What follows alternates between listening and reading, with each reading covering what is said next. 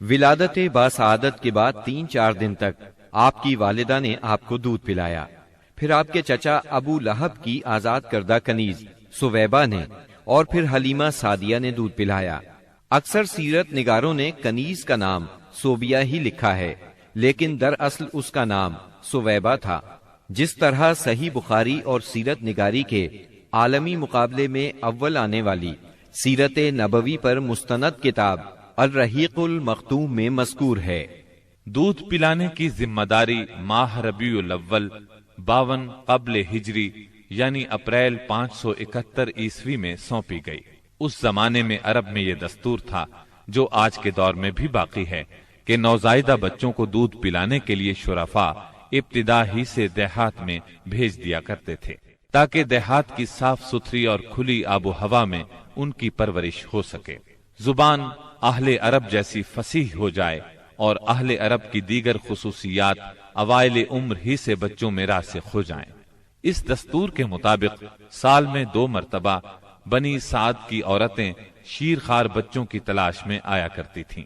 چنانچہ آپ کی پیدائش کے 8 دن بعد انہی عورتوں کے ساتھ حلیمہ سعدیہ بھی تشریف لائیں. دوسری عورتوں کو تو مکہ مکرمہ کے کھاتے پیتے گھرانوں کے بچے دودھ پلانے کے لیے مل گئے، لیکن حلیمہ سعدیہ خالی ہاتھ رہ گئیں. نبی کریم صلی اللہ علیہ وسلم چونکہ یتیم تھے اس لیے انعام و اکرام کی امید کم تھی، اس لیے کسی عورت نے ان کے گھر کی طرف توجہ نہ کی. آخر جب روانگی کا وقت آیا تو حلیمہ کو خالی ہاتھ جانا بہت ناگوار گزرا اور اللہ تعالی کی طرف سے ان کا دل اس یتیم بچے کی طرف کھنچنے لگا. چنانچہ انہوں نے اپنے شوہر حارث سے جا کر کہا، اللہ کی قسم مجھے یہ اچھا نہیں لگتا کہ میری ساری سہیلیاں تو بچے لے کر جائیں اور میں اکیلی کوئی بچہ لیے بغیر جاؤں. میں جا کر اس یتیم بچے ہی کو لے لیتی ہوں. شوہر نے یہ سن کر کہا، کوئی حرج نہیں، ممکن ہے اللہ ہمارے لیے اسی میں برکت عطا کر دے. اس کے بعد انہوں نے جا کر بچے کو لے لیا. قافلہ روانہ ہوا، سب سوار ہو کر چل پڑے. حلیمہ سعدیہ بھی آپ کو لے کر چلیں. حلیمہ کی اونٹنی دبلی پتلی، دیکھنے میں مریل اور چلنے میں سب سے سست رفتار تھی، لیکن جو ہی حلیمہ سعدیہ آپ کو لے کر اس پر سوار ہوئیں یکا یک وہ برق رفتار ہو گئی.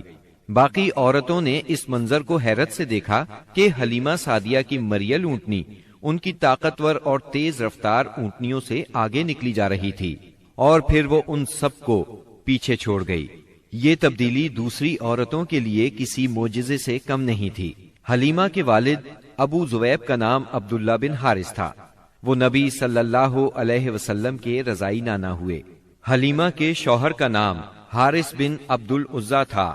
یہ دونوں ہی قبیلہ سعد بنی بکر بن حوازن سے تعلق رکھتے تھے. اسی طرح حارث کے بچے آپ کے رضائی بھائی بہن ہوئے.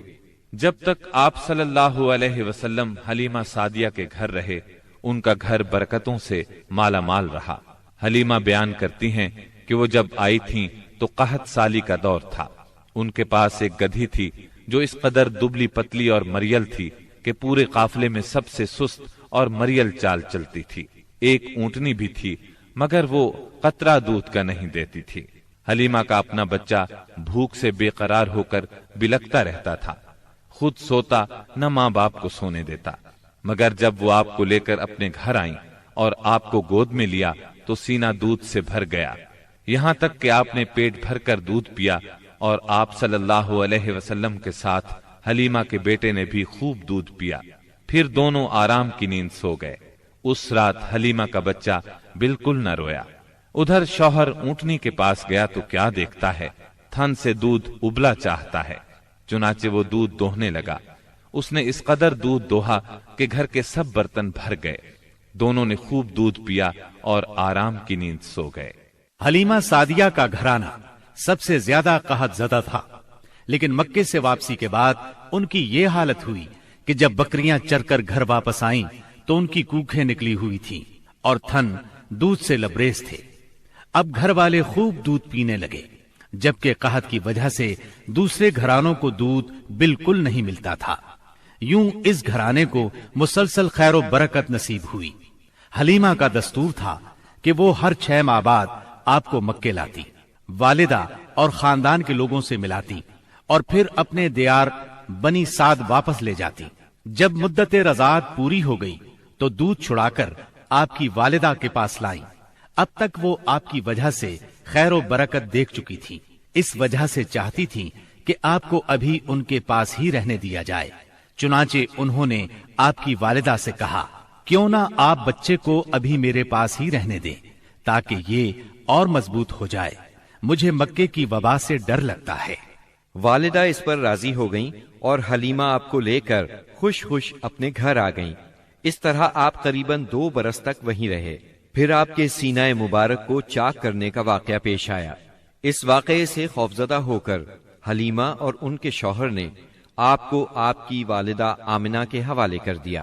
انس بن مالک رضی اللہ عنہ بیان کرتے ہیں، آپ بچوں کے ساتھ کھیل رہے تھے کہ جبریل علیہ السلام تشریف لائے، آپ کو لٹا کر سینہ چاک کر دیا، پھر آپ کا دل نکالا اور اس میں سے ایک لوتھڑا نکال کر فرمایا، یہ تم سے شیطان کا حصہ ہے۔ پھر دل کو سونے کے تشت میں زمزم کے پانی سے دھویا اور واپس سینہ مبارک میں رکھ دیا۔ ادھر بچے دوڑ کر حلیمہ سعدیہ کے پاس آئے اور کہنے لگے، محمد کو قتل کر دیا گیا۔ وہ لوگ فوراً آپ کے پاس پہنچے، دیکھا کہ رنگ اترا ہوا ہے۔ سیدنا انس کا بیان ہے کہ میں نبی اکرم صلی اللہ علیہ وسلم کے سینے پر سلائی کا نشان دیکھا کرتا تھا۔ اس واقعے کے بعد آپ کو مکے پہنچا دیا گیا اور آپ نے اپنی ماں کے سایہ محبت میں اپنے خاندان کے اندر کوئی 2 برس گزارے۔ پھر والدہ، دادا اور ام ایمن کے ساتھ مدینہ منورہ کا سفر کیا، جہاں آپ کے والد کی قبر بھی تھی اور دادا کا ننھیال بھی تھا۔ آپ مدینے میں 1 ماہ رہ کر واپس ہوئے تو راستے میں آپ کی والدہ بیمار ہو گئیں اور مقام ابوا پہنچ کر انتقال کر گئیں۔ انا للہ و انا الیہ راجعون، انہیں وہیں دفن کیا گیا۔ اب بوڑھے عبد المطلب آپ کو لیے مکے پہنچے۔ ان کے دل پر آپ کی والدہ کی وفات کی وجہ سے گہرا اثر تھا۔ آپ کے لیے ان کے دل میں ایسی محبت پیدا ہوئی کہ خود ان کے اپنے بیٹوں کے لیے ویسی محبت نہ تھی۔ وہ آپ کی بہت قدر کرتے، اپنی اولاد سے بڑھ کر چاہتے، خوب اکرام کرتے، اپنے لیے تیار کرائے گئے خاص فرش پر انہیں بٹھاتے، اس فرش پر کسی اور کو نہ بیٹھنے دیتے، پیٹھ پر ہاتھ پھیرتے، آپ کی نقل و حرکت دیکھ کر خوش ہوتے۔ انہیں یقین تھا کہ مستقبل میں آپ کی نرالی شان ہونے والی ہے، لیکن ابھی آپ کی عمر 8 برس 2 مہینے کی ہوئی تھی کہ عبد المطلب بھی انتقال کر گئے۔ اب آپ کے چچا ابو طالب نے آپ کی کفالت کا بیڑا اٹھایا۔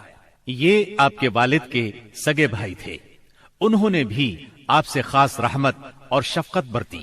وہ مالدار تو نہ تھے، لیکن آپ کی کفالت کے بعد اللہ تعالیٰ نے ان کے تھوڑے سے مال میں اس قدر برکت دی کہ ایک آدمی کا کھانا پورے کنبے کے لیے کافی ہو جاتا تھا۔ خود آپ بھی صبر و قناعت کا نمونہ تھے، جو ملتا اسی پر قناعت فرماتے۔ جب آپ کی عمر 12 برس اور کہا جاتا ہے کہ مزید 2 ماہ اور 10 دن ہوئی تو آپ کے چچا ابو طالب نے تجارت کے لیے ملک شام جانے کا ارادہ کیا۔ آپ کو ان کی جدائی بہت گراں گزری۔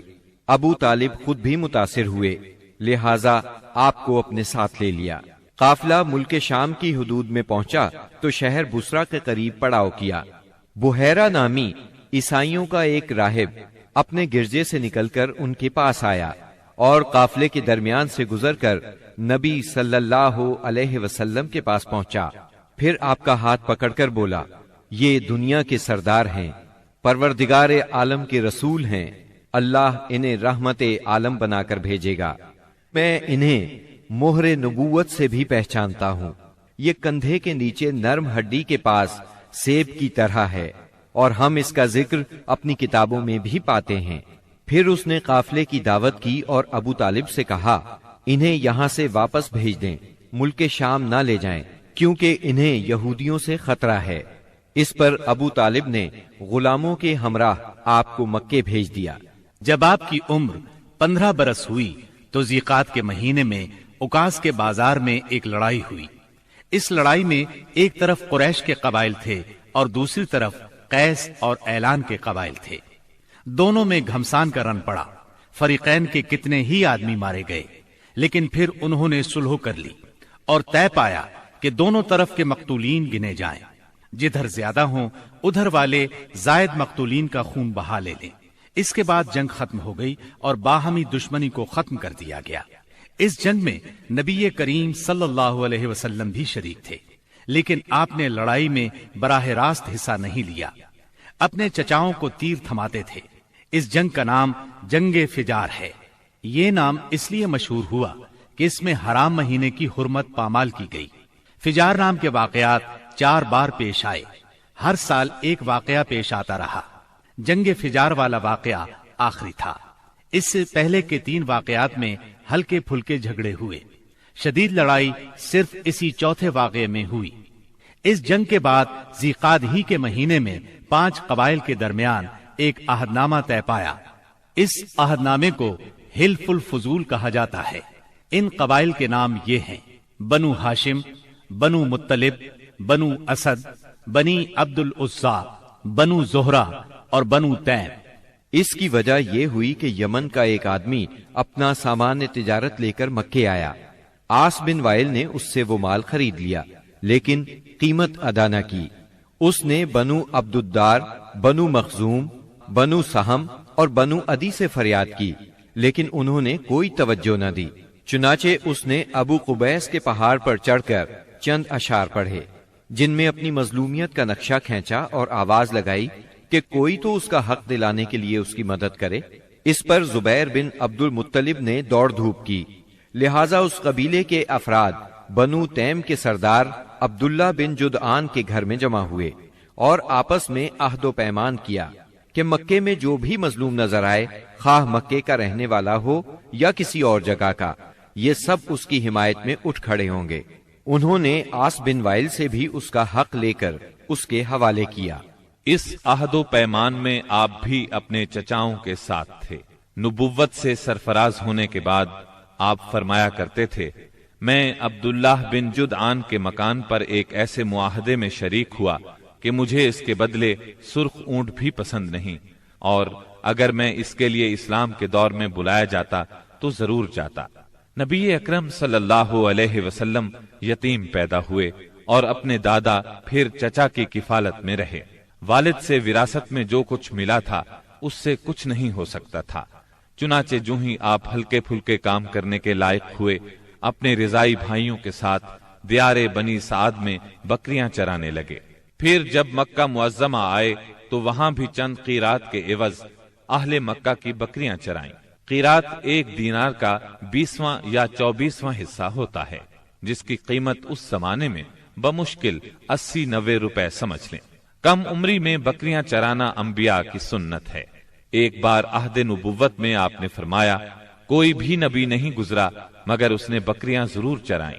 پھر جب آپ جوان ہو گئے تو تجارت شروع کی۔ بعض روایات کی روح سے آپ صائب بن ابی صائب کے ساتھ مل کر تجارت کرتے تھے۔ آپ تجارت میں بہترین ساتھی تھے، لین دین کے معاملے میں لڑتے جھگڑتے تھے، نہ بحث کرتے تھے۔